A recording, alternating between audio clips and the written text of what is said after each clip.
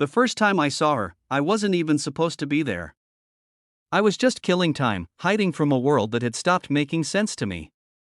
The coffee shop on the corner, small, quiet, with old jazz playing on loop, felt like a temporary escape. I didn't go there for the coffee. I went there because of her, the girl at the counter. She wasn't extraordinary in a way that photographs could capture, but there was something in her eyes, in the way she smiled at people without expecting anything back, that made me stop thinking for a moment. Her name tag said Sana.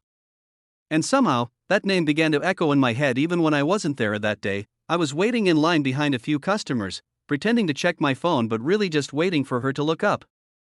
When it was my turn, she smiled like she always did, a small curve that could melt away an entire day's wait. "The usual?" she asked, already knowing what I wanted. I nodded, though I didn't even like the drink that much. She paused before handing me my cup, leaned slightly forward, and said, half teasing and half curious, "You always wait for my line, don't you?" And she was right. I did. The words hit me harder than they should have. It wasn't just coffee anymore. It wasn't just a stranger behind the counter. It was something else, a strange connection built on small exchanges, quiet glances, and the comfort of routine.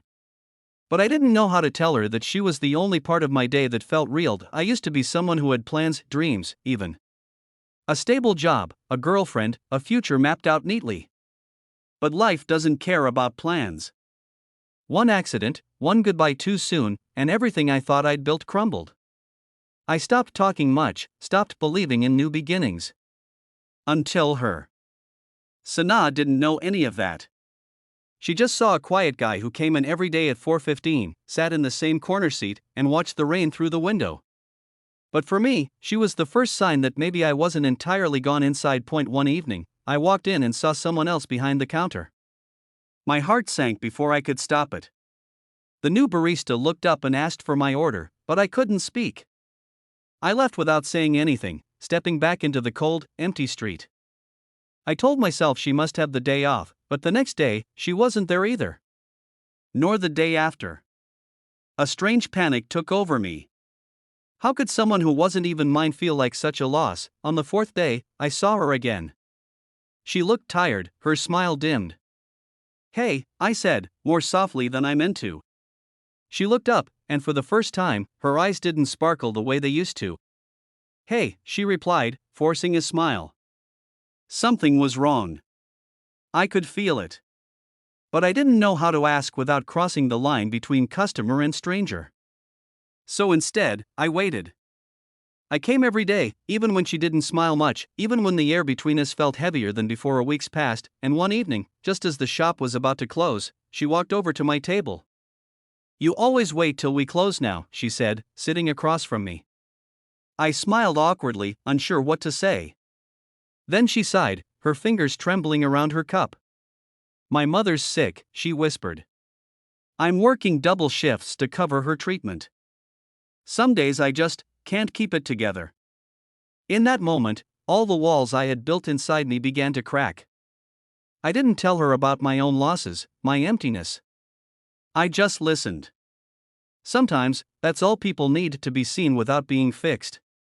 From that day, something changed between us. She'd talk more, and I'd listen. She'd laugh occasionally, and I'd find myself smiling for the first time in months.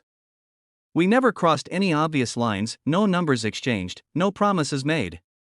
But there was a quiet understanding between us. Then, one rainy night, she wasn't there again. The next day, the owner told me she'd gone home to take care of her mother full-time. I stood outside that coffee shop for a long time, the rain soaking through my jacket. It felt like losing something fragile all over again.